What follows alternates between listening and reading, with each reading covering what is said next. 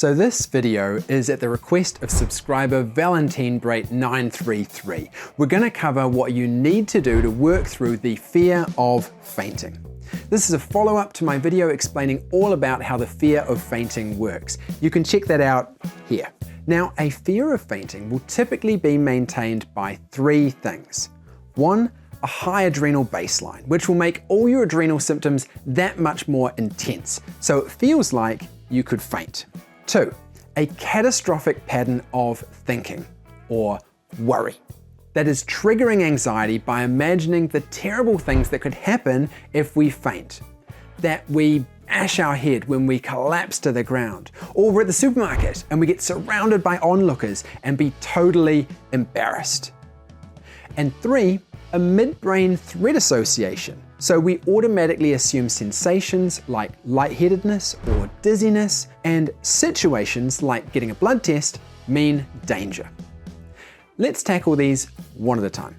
Our adrenal baselines jump up over time with stress and what life throws at us and what our brains throw at us. To reduce it back down, I use a regular daily relaxation exercise. This reduces your adrenal activity down to below your current baseline, and your brain goes, no, we're vulnerable, not as vigilant and ready to go as we need to be. But then nothing bad happens, and over time it will reduce your adrenal baseline down as it sees it's safe to do so. I'll link down below to some more info on this and my favorite relaxation exercise for you. Do this every day, and after a few weeks, you'll find the symptoms that feel like they're heading towards fainting feel less convincing. A fantastic start. Next, those pesky worry patterns. I want you to stop worrying now. Did it work? No, because the brain tends to worry for a reason. It thinks that thinking of bad stuff that could happen helps prevent it. So if you tell it to stop, it's just like, what, you want us to stop surviving? So we're going to say yes to the worry. Then it'll have nothing to argue against. We're going to say yes, but with a delay. Set a time each day to worry about fainting and faint-like symptoms.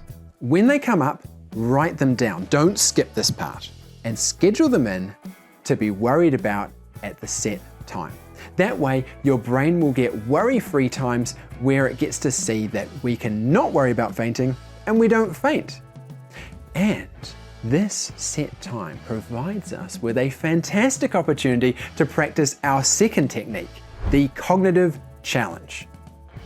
We arrive at our designated worry time with one or more worries to worry about.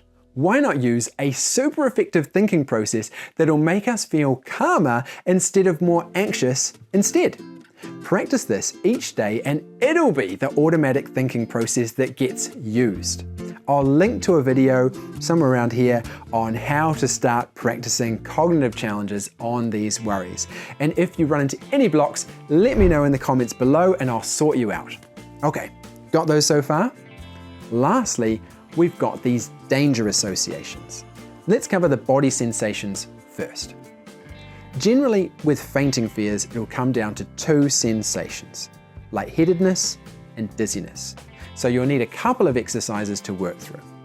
First, lightheadedness. At the moment, your brain will freak out when you start feeling at all lightheaded. What we need are controlled experiences of this harmless sensation that is generally caused by high blood pressure and lots of oxygen in the context of anxiety. That way, your brain can see that no fainting occurs while feeling the sensation, and it acclimatizes to it.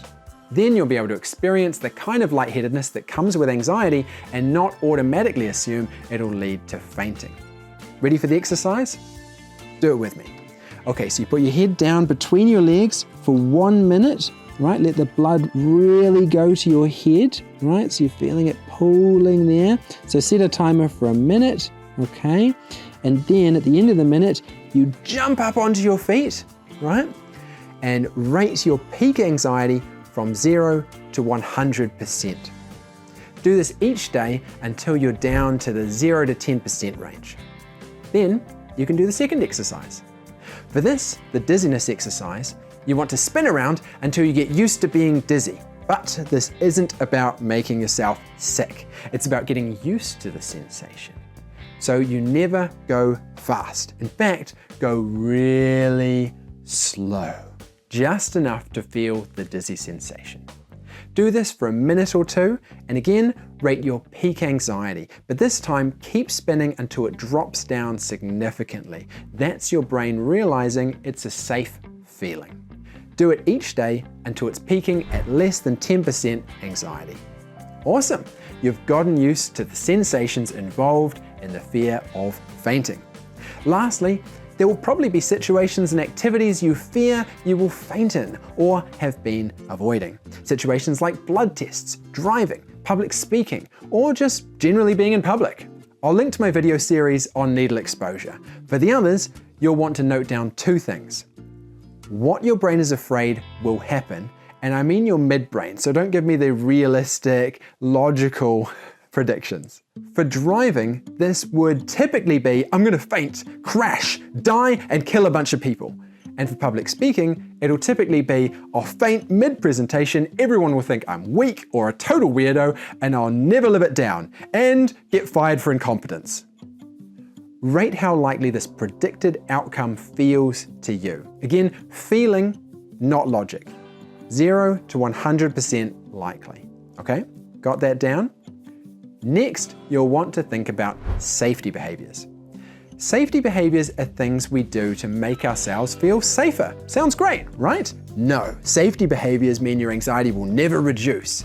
Your midbrain will just assume the thing you did kept you safe and continue believing that the situation is dangerous, so no reduction in anxiety levels. Some examples of safety behaviors would be driving when there's less traffic, or avoiding certain roads or motorways, opening the window for fresh air, or sipping out of a drink bottle of cold water while presenting. They may sound innocuous, but if you don't cut these out, you'll never prove to your brain that you won't faint and continue to fear it. So, once you've figured out your prediction and safety behaviors, you plan when you'll do the activity and go and do it without safety behaviors. Feel free to do this in a stepped approach. This is called graded exposure and makes getting started and keeping momentum up a bit easier. So for the public speaking, you might start with Toastmasters, then a meeting at work, then a small presentation, a medium presentation, and then a big audience presentation, probably with some steps in between. Give it a whirl and comment me if you've got any questions. I look forward to your amazing success in bringing down your fear of fainting and getting back into what you've been missing out on or suffering through.